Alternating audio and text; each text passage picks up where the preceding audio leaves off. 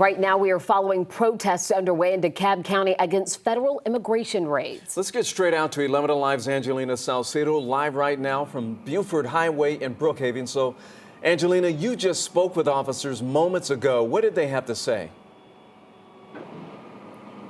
Well, Jennifer and Ron, Brookhaven police are currently doing an active investigation into the damage of 3 of their patrol cars. One of those patrol cars currently being taken away right now. You can see the damage that has been done to the windshield of that patrol car. And 2 other patrol cars also have the same damage, I'm told, but that damage has been caused by rocks, people standing on those patrol cars, and a wooden stake that has also been thrown through one of the patrol vehicles. Arrests were also made during this protest. At least 6 arrests were made. We're still working to figure out what those charges would be for those arrests. Police also say that another vehicle has a flat tire, but they're still working to figure out if that flat tire was done maliciously or not. Now, for the grand majority of the day, I will tell you that the protest was peaceful and that the message here for the grand majority of the people that were here was about immigration, and they wanted to make sure that they protested against the immigration raids and the arrests that have been happening across the country and right here in Metro Atlanta. They wanted to stand in solidarity with those that are in Los Angeles that have been protesting over the last several days, also protest against the Trump administration sending in 4,000 members from the National Guard and 700 members from the Marines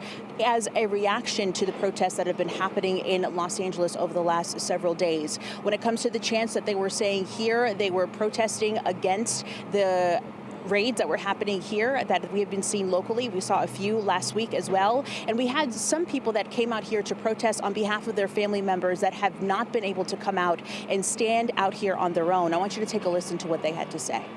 As most of us, we have relatives that are undocumented immigrants, and it kind of sucks to see them have to hide, and just because they wanted an opportunity just to make a better life for all of us. I feel grateful to be able to come out here and represent everybody who is very terrified about the state that we're living in. And also, although I feel grateful, I'm also greatly disappointed that it has come to this, you know? Now, those 2 girls that you heard from right there are actually cousins. They are young women that wanted to make sure that they came out here to stand for their family members that are from Mexico, that may be undocumented and that cannot do the same. We ran into a lot of people today that had the same exact story, and that's why they were out here making sure that they could protest for their family members and demonstrate, because they feel that that's the only way that their voices could be heard. When it comes to the police side of things today, Brookhaven police say that they were well prepared and equipped for the protest that was going to happen. They do want to make sure that they get the message across that they want people to feel that they can exercise their First Amendment right. They want people to know that they are able to protest in the city of Brookhaven, and they welcome that. They just do not welcome what happened after 9:30 tonight when the agitators, according to police, came out, damaged some of their patrol vehicles, and also started agitating the crowd, throwing fireworks off as well. And that's when things really took a turn. At 9:30 p.m. was when the organizers were told that they had to wrap things up.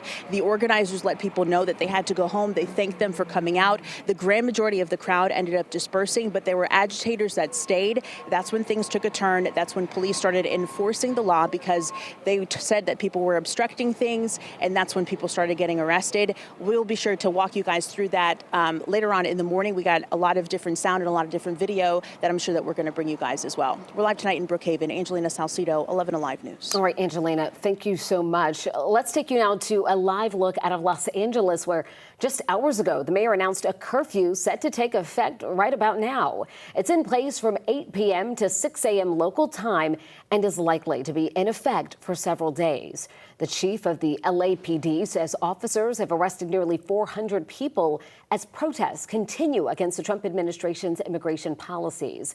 Tonight, as Angelina mentioned in her reporting, the president has deployed about 4,000 National Guard troops and 700 Marines to restore police order.